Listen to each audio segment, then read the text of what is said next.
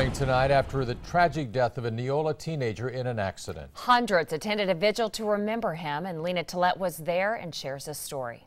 The grieving faces walking into a vigil for 14-year-old Gage Williams crossed generations Tuesday. A steady stream of Neola neighbors, Tri-Center High School students, and friends and family filled the community hall to capacity. A lot of tears. There was laughs, tears.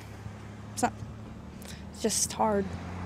A lot of tears. Nicole says Gage was her classmate and always knew how to make people laugh, echoed by others. He's really funny and he knew how to make someone's day. But he was still really nice and funny, and if you needed to laugh or something, just went to him and he made you laugh right away. But Tuesday the mood was solemn as those mourning thought of the tragic way the teen died. Gage, one of 4 teens involved in a rollover crash on Railroad Highway Monday evening. All 4 teens were hurt, but Gage died from his injuries. Friends Tuesday night tell WOWT they will be in shock for some time. I cried and sobbed, and it was just heartbreaking. The Neola community is taking solace now in each other.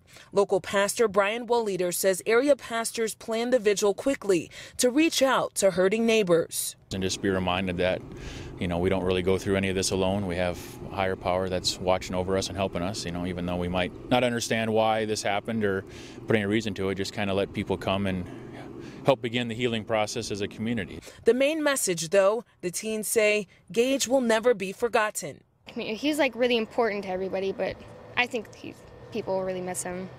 He made a big impact on everybody's lives.